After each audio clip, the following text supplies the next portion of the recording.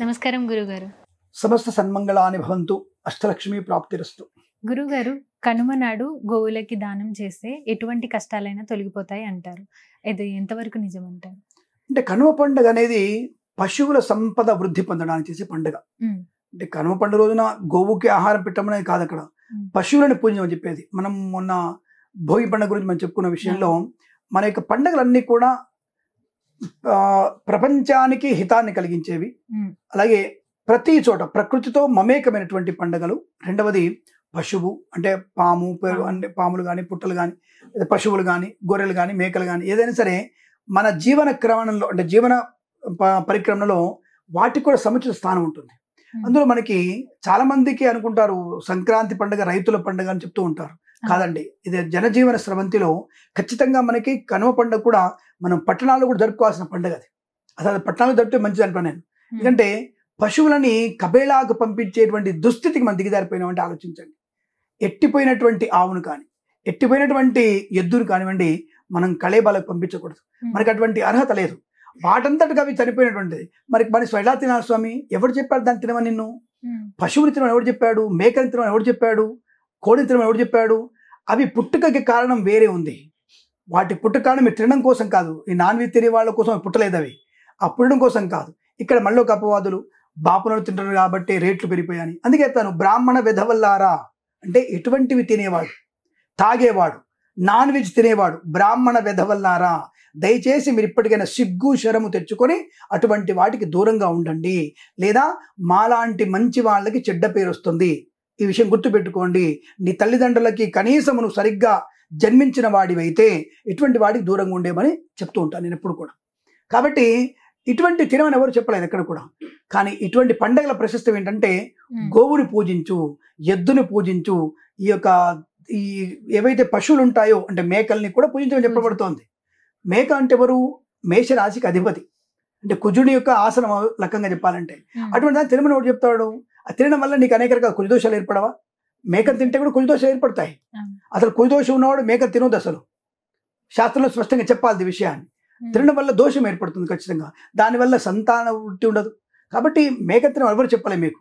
కానీ ఇక చైనాకి వెళ్తే కప్పలు, పాములు, తాబేళ్లు, ఒంటెలు, అసలు ఏమేమి తింటున్నాం, ఏమి తినకుండా నాకు అర్థం కాదు. బొద్దింకలు అంటే లాస్ట్గా నీ బొద్దింకలు వేపుకొని తింటున్నారు. ఇవన్నీ వింటుంటే మీకు కూడా కడుపులో వికారం ఉంది కదా, అలాగే ఉంటుంది. కాబట్టి మీరు మేకలు తింటున్నారు అన్న విషయం మాకు అట్లాగే ఉంటుంది. కాబట్టి అటువంటివి మాంసాహారం ఎప్పుడు కూడా మంచిది కాదు. ఇప్పుడు దానికి ప్రాణం ఉంటుందిగా. అంటే కొంతమంది తెలివైన వాళ్ళు ఉంటారు, మమ్మల్ని అడుగుతుంటారు, ఏమంటే మొక్కలకి ప్రాణం ఉంటుంది కదా, మరి ప్రాణం వచ్చినటువంటి మొక్కల్ని మీరు తినట్లేరా? గోంగూర, తోటకూర, బచ్చలి కూర మీరు తినట్లేరా అని అడిగేవాడు చాలా మంది ఉంటారు. మాకు కూడా యాక్సెప్ట్ అండి, I'm very ready to accept that question. అయితే ఏదైతే బాధని ప్రతిఫలిస్తుందో, తన బాధని ప్రతిఫలింపజేస్తుందో అది తినకూడదని చెప్పారు. కానీ ఒక ఆకుకూర నీకు బాధని ప్రతిఫలించే అవకాశం లేదు, ప్రతిఫలించదు.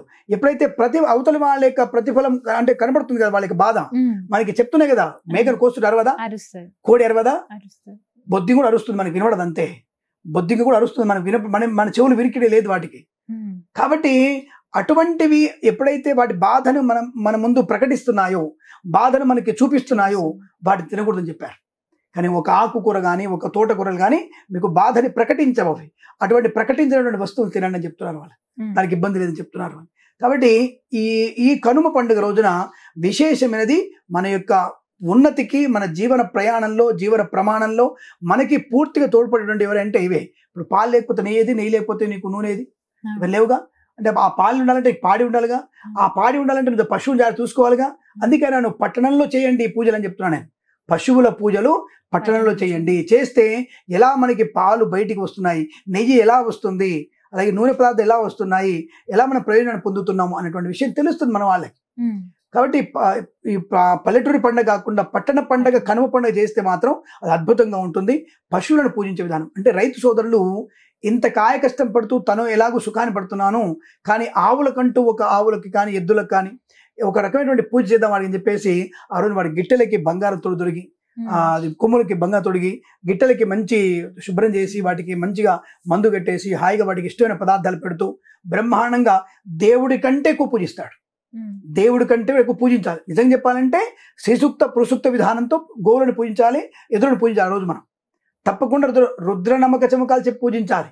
అది శాస్త్రం చెప్పబడింది. అది అలా చెప్పి ఆడ పూజించడం వల్ల మనకి మన పొలానికి, మన జీవన ప్రమాణానికి, మన తినే పదాలు ఎలా వస్తున్నాయి, బియ్యం ద్వారా ఎలా వస్తున్నాయి, గోధుమలు ఎలా వస్తున్నాయి, ఈ ఎద్దులు వెళ్ళి పొలం దున్నితం వస్తుంది కదా. ఇప్పుడు ట్రాక్టర్లు వచ్చాయి, ట్రాక్టర్లు వచ్చినా సరే ఎద్దు లేకుండా నీకు పాని గడవదు. అక్కడ కళ్ళం కట్టాలంటే నీకు ఎద్దు తిరిగితేనే కళ్ళం కట్ట వస్తుంది.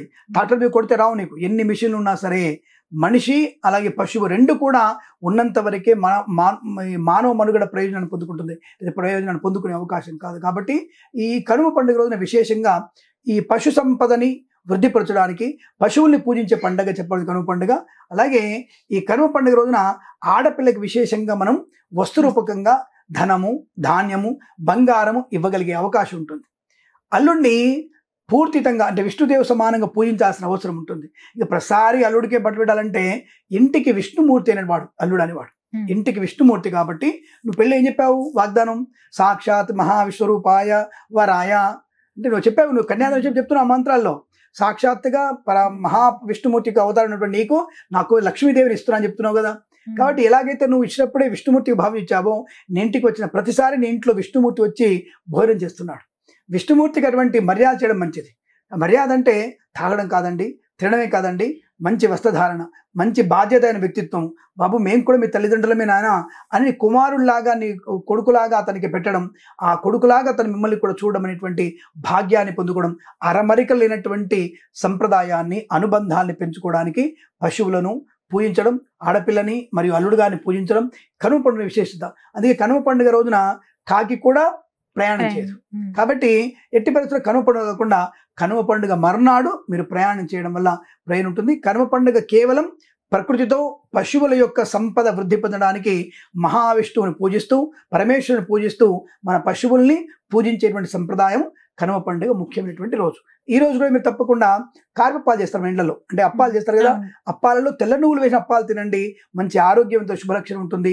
చాలా మంది నిజంగా నేను అనుకుంటాను నార్మల్ టైంలో మనం ఏదైనా ఈ చెక్కిలాలు అంటే తింటే యాసిడిటీ వస్తుంది.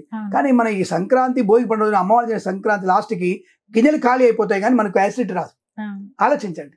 అంటే రెండు రకాలు. ఒకటి అమ్మ చేసినటువంటి అమృతం కావచ్చు, రెండవది అక్కడ మనం పడేటువంటి హడావుడి మన వేడుకలు కావచ్చు, తొందరగా అరిగిపోవడం కావచ్చు, రెండవది అందులో తెల్ల నువ్వులు ఉంటాయి కాబట్టి తొందరగా జీర్ణం అవుతుంది. కనుక మీరు ఈ కనుమ పండుగ రోజున ఖచ్చితంగా మీరు ఈ అప్పాలు, కారపప్పాలు చేసుకొని తెల్ల నువ్వులతో తినండి. తెల్లపు నూనెతో బెల్లపు ఉండలు కూడా తినండి. ఆరోగ్యవంతులే అవకాశం ఉంటుంది. శుభమస్తు, అఖండ ఐశ్వర్యమస్తు. చాలా చక్కగా వివరించారు గురుగారు. ధన్యవాదాలు. శుభం.